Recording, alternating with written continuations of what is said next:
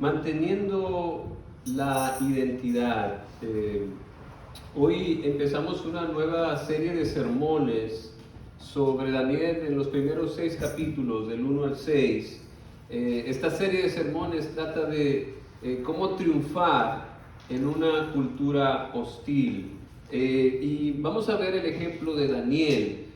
Si bien la narrativa bíblica, las historias bíblicas no siempre son normativas, eso quiere decir que todo lo que pasa siempre se tiene que repetir, sí podemos sacar principios que nos pueden ayudar en nuestro diario vivir en una cultura hostil, donde no se respeta quién es Dios.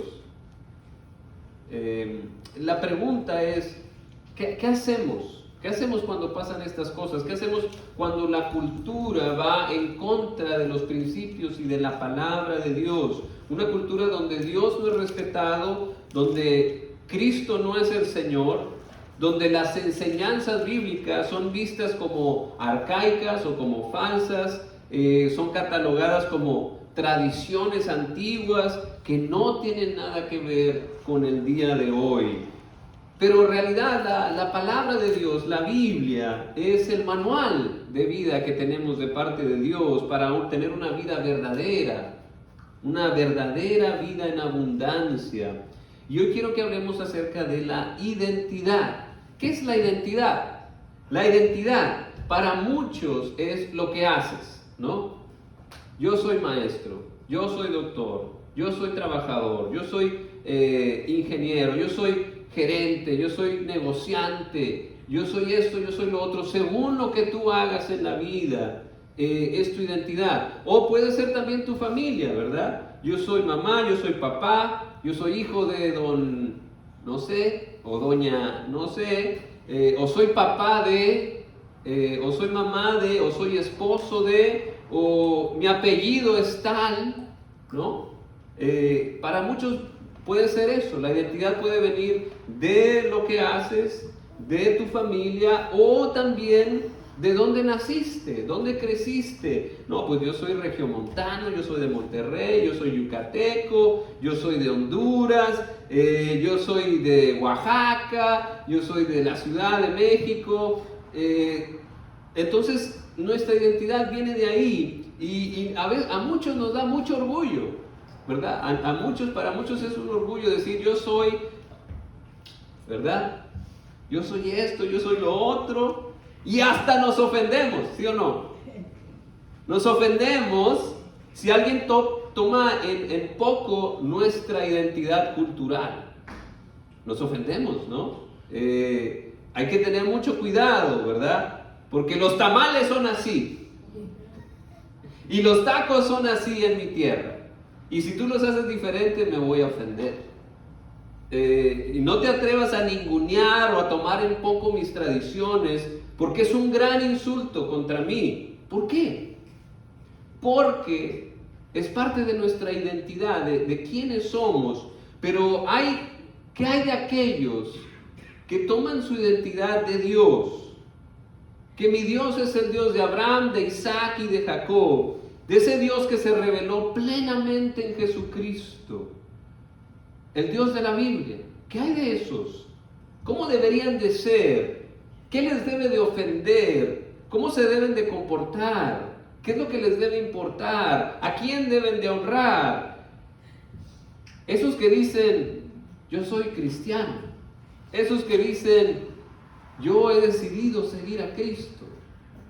¿Cómo son? ¿Cómo deberían de ser? ¿Cuál es su identidad? Dice Mateo 22:14, muchos son los llamados, pero pocos son los que han respondido a ese llamado del Evangelio, de las buenas nuevas en Cristo Jesús, que ahí tenemos salvación, que Cristo murió en la cruz por nuestros pecados para salvar a muchos, a todos los que acepten a este nuevo Rey, a este Señor. Van a encontrar el camino, la verdad y la vida.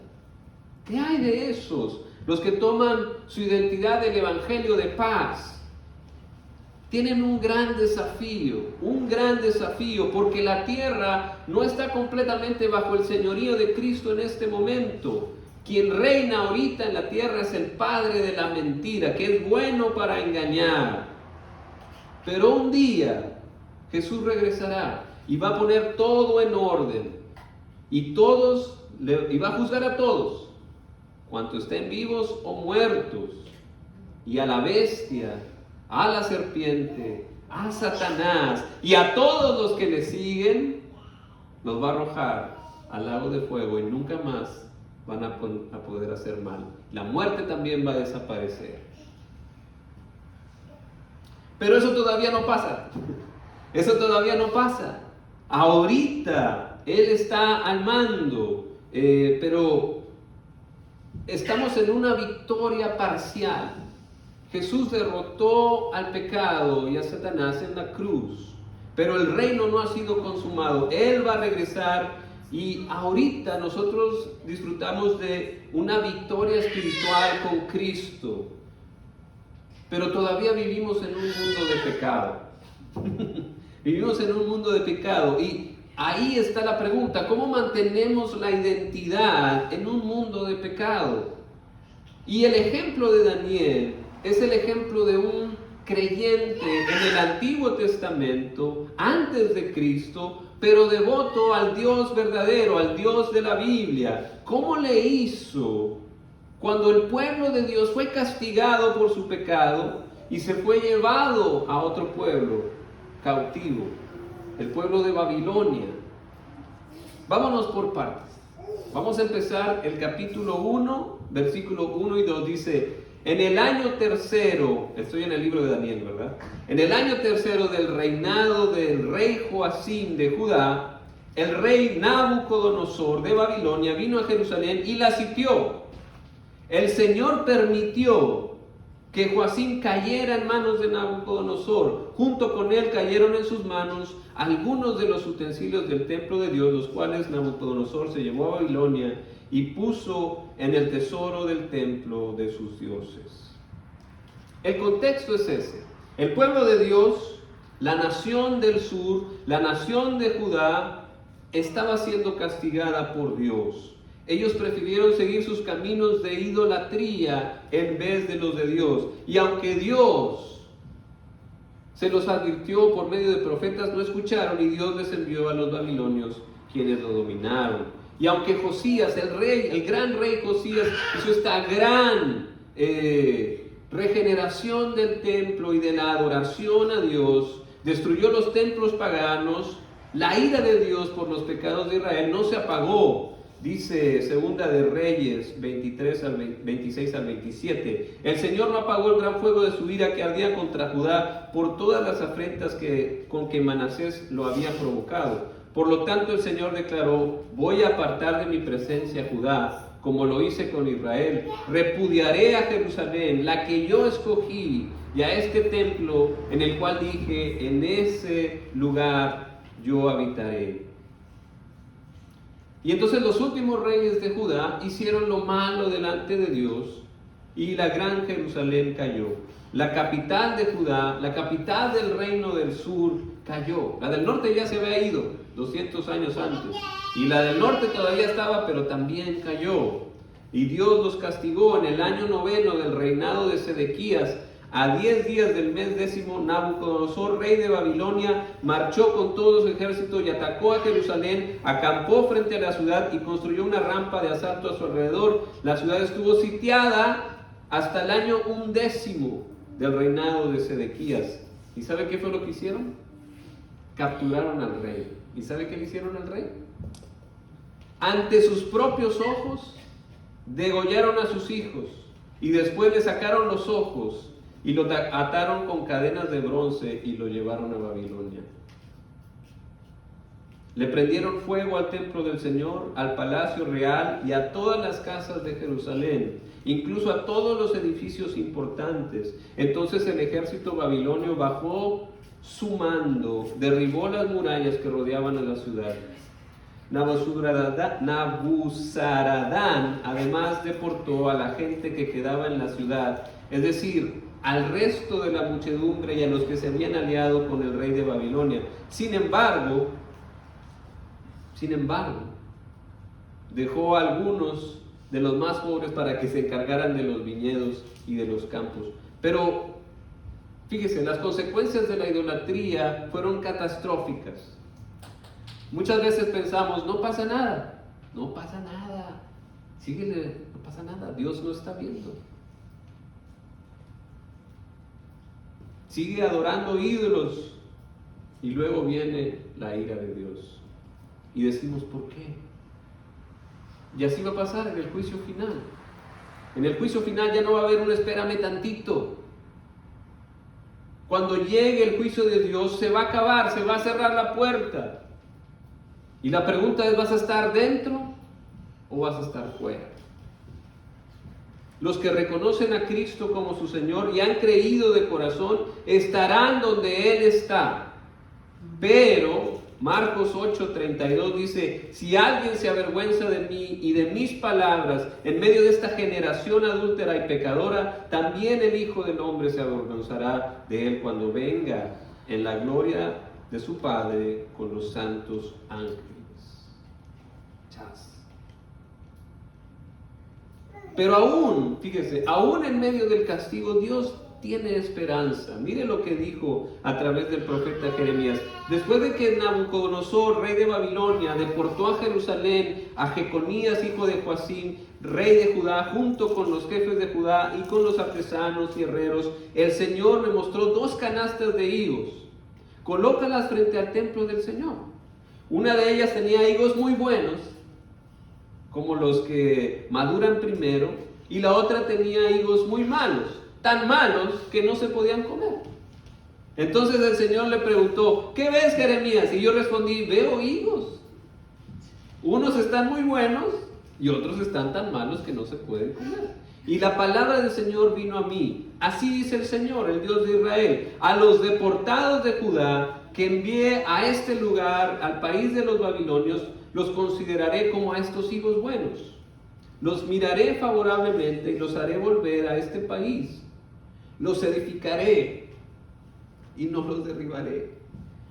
Los plantaré y no los arrancaré.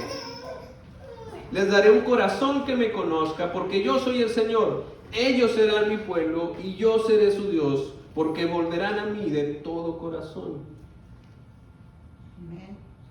Pero a Sedequías, rey de Judá, y a sus jefes, y a los sobrevivientes de Jerusalén, lo mismo a los que se quedaron en este país como los que viven en Egipto, los trataré como a los higos malos, que de tan malos no se pueden comer, afirma el Señor. Los convertiré en motivo de espanto y de calamidad. Pero para todos los reinos de la tierra, en todos los lugares por donde yo los dispersaré, serán objeto de escarnio y de desprecio y burla y maldición. Enviaré contra ellos espada, hambre y pestilencia, hasta que sean exterminados de la tierra que le di a ellos y a sus antepasados. El Señor da esperanza, pero hay higos buenos. Hay higos buenos. Por la gracia de Dios y el amor de Dios va a dar fruto. Va a haber fruto. Y continuando con el libro de Daniel, mira la asimilación que hacía el imperio babilónico. Fíjate lo que hacía. El imperio de Babilonia venía y trataba de transformar a la gente. Mire lo que hacía. Además, el rey le ordenó a Aspenaz, jefe de los oficiales de su corte, que llevara a su presencia a algunos de los israelitas pertenecientes a la familia real y a la nobleza. Debían de ser jóvenes apuestos y sin ningún defecto físico, que tuvieran aptitudes para aprender de todo y que actuaran con sensatez. Jóvenes sabios y aptos para el servicio en el palacio real, los cuales Aspenaz debía enseñarles la lengua y la literatura de los babilonios. El rey les asignó raciones diarias de comida y del vino que se servía en la mesa real. Su preparación habría de durar 3 años, después de lo cual entrarían en el servicio del rey. Entre estos jóvenes se encontraba Daniel, Ananías, Misael y Azarías, que eran de Judá, y los cuales el jefe de los oficiales les cambió el nombre. A Daniel le llamó Belsasar, a Ananías Sadrach, a Misael Mesac y a Azarías Abed-nego. Fíjese, el rey agarraba a los jóvenes y los ponía en la Universidad de Babilonia. Iban al Babilonia College. Y ahí hacían su carrera, hacían su degree, y en 3 años, después de estar expuestos a la cultura, a la literatura, a sus enseñanzas, se graduaban. Hablando de caminos hostiles contra Dios. Cualquier parecido con la realidad es mera coincidencia. En las universidades y escuelas públicas uno no tiene la habilidad de hablar de su fe en Dios. Pero eso, fíjese bien el ejemplo, por eso estamos viendo el ejemplo de Daniel. Daniel pinta su raya, pone una hasta aquí. Y es interesante que Daniel no se opone cuando le cambian el nombre. Uno diría, bueno, pues es que yo soy Eduardo. Y ahora estoy en Estados Unidos y ahora me voy a llamar Edward. ¿No?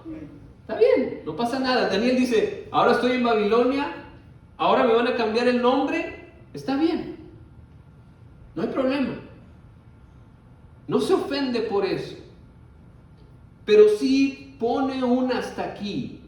Pone un hasta aquí. En el versículo 8 dice, pero Daniel se propuso no contaminarse con la comida y con el vino del rey. Así que le pidió al jefe de los oficiales que no lo obligara a contaminarse. Y aunque Dios había hecho a Daniel que se ganara el afecto y la simpatía del jefe de los oficiales, este se vio obligado a responderle a Daniel, tengo miedo, mi señor.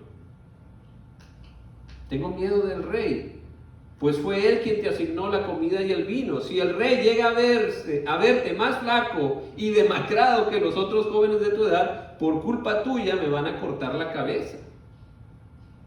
El jefe de los oficiales le ordenó a un guardia atender a Daniel, Ananías, Misael y Azarías. Por su parte, Daniel habló con ese guardia y le dijo, por favor, haz con tus siervos una prueba de 10 días. Danos de comer solo verduras y beber solo agua. Pasado ese tiempo, compara nuestro semblante con el de los jóvenes que se alimentan con la comida real y procede de acuerdo con lo que veas en nosotros. El guardia aceptó la propuesta y se sometió a una prueba de 10 días. La identidad de Daniel se mantuvo no en su nombre, no se mantuvo en no aprender la cultura de los babilonios. Ese no fue su manera. Él aprendió de la cultura de babilonios, aprendió la literatura y todo lo que ellos sabían.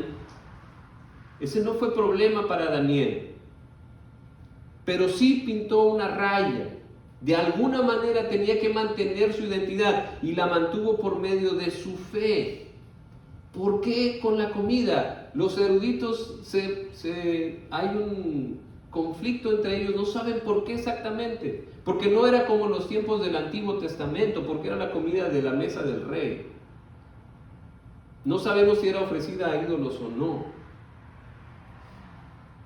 pero ese fue lo que Daniel dijo, hasta aquí, no voy a comer la comida. ¿Y yo sabe por qué pienso que hizo eso? Porque le pasó a Abraham lo mismo. Cuando tuvo una victoria, fíjese lo que le dijo el rey de Sodoma. El rey de Sodoma le dijo, agarra todo lo que quieras del botín de Sodoma. ¿Y sabe qué dijo Abraham? Le dijo, he jurado por el Señor, el Dios Altísimo, Creador del cielo y de la tierra, que no tomaré nada de lo que es tuyo, ni siquiera un hilo, ni la correa de una sandalia. Así no podrás decir, yo hice rico a Abraham. Y yo creo que Daniel está haciendo lo mismo. Yo no quiero que digan, es por la comida del rey que estoy fuerte, sino que es por mi Dios, por mi Dios. No soy yo, sino Dios. Pintó su raya, puso a Dios primero. Y hizo 2 pasos esenciales para hacer eso, que es, se propuso en el corazón e hizo algo al respecto. No solo se propuso en el corazón, ya no voy a hacer esto o voy a hacer esto, sino que lo hizo. Puso una prueba de 10 días, le dijo al guardia, oye, no me des de comer, por 10 días, haz la prueba. pero hizo algo al respecto. No solo lo pensó, no solo planeó, sino que lo hizo. Y esa es la pregunta para reflexionar. ¿Qué vas a hacer tú para mantener tu identidad en este mundo de pecado? Que te distinga como seguidor de Cristo, que te distinga como representante del Dios de la paz. ¿Qué vas a hacer? ¿Qué vas a proponer en tu corazón para ser sal y ser luz de la tierra? ¿Vas a perdonar? ¿Vas a amar? ¿Cómo te vas a parecer al Padre Celestial? ¿Vas a servir? ¿Qué vas a hacer al respecto? ¿Cuál va a ser la prueba? ¿Cuál va a ser el cambio radical que va a hacer, que va a hacerte distinguir en tu identidad, así como Daniel se distinguió? ¿Qué es lo que hago yo que me hace ser seguidor de Cristo? Que dice que Cristo es mi Rey en mi vida. ¿Qué cosa radical estoy haciendo? Y yo quiero animarte a que pienses en algo y que lo cumplas, que hagas un plan, que veas cómo le vas a hacer, porque hay recompensa para quien se identifica con Dios. Aún en un mundo de pecado, en una cultura hostil, Daniel no la tenía fácil. Estaba en Babilonia y su trabajo era aconsejar al rey de Babilonia.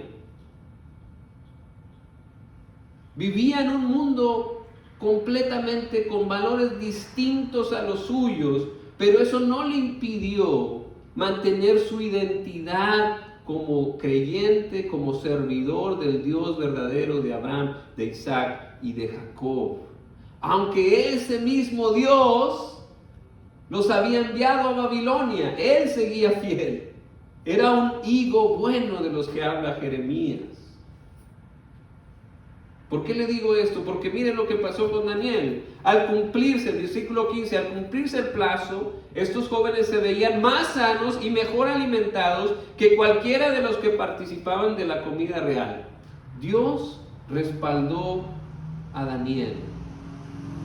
Así que el guardia le retiró la comida y el vino del rey, y en su lugar siguió alimentándolos con verduras. Más adelante en el libro de Daniel, Daniel come de la mesa del rey, pero ahora estaba poniendo la raya de donde él iba a mantener su identidad y de que Dios era el que les iba a prosperar.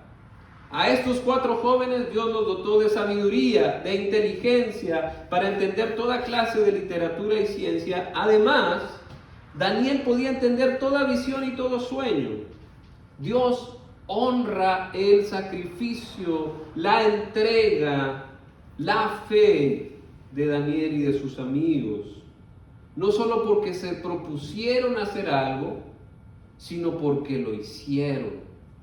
Pusieron a prueba su fe, se identificaron como seguidores de Dios Altísimo, del Dios Altísimo, y sobresalieron aún en un lugar totalmente hostil hacia su fe.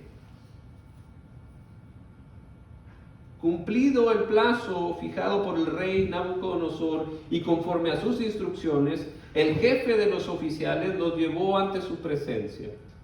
Luego de hablar el rey con Daniel, Ananías, Misael y Azarías, no encontró a nadie que los igualara, de modo que los 4 entraron en su servicio. El rey los interrogó y en todos los temas que requerían sabiduría y discernimiento, los halló 10 veces más inteligentes que todos los magos y hechiceros de su reino. Fue así como Daniel se quedó en Babilonia hasta el primer año del rey Ciro. Por la fe,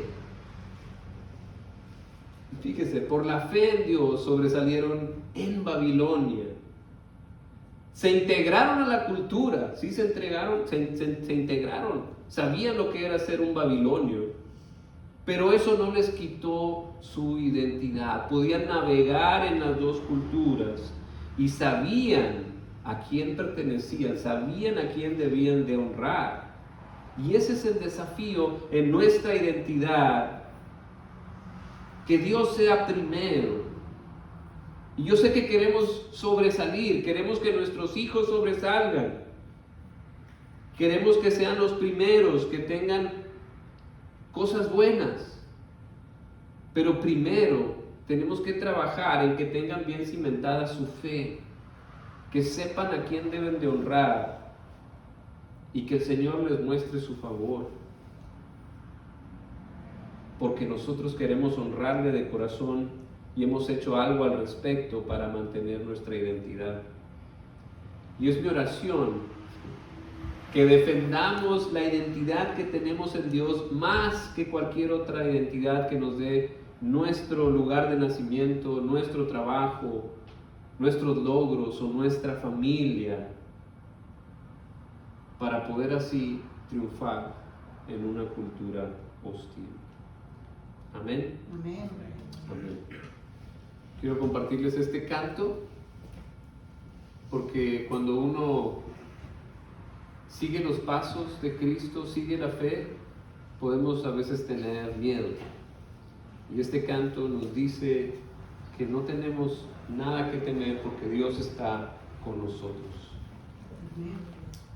Así que yo te pido que con este canto lo uses para meditar en qué acción radical, qué pasos vas a dar para mantener tu identidad en el Dios verdadero. Y que hagas un compromiso con Dios, que hagas se propuso en su corazón y que se lo lleves al Señor y le digas: Señor, yo quiero hacer esto para identificarme contigo.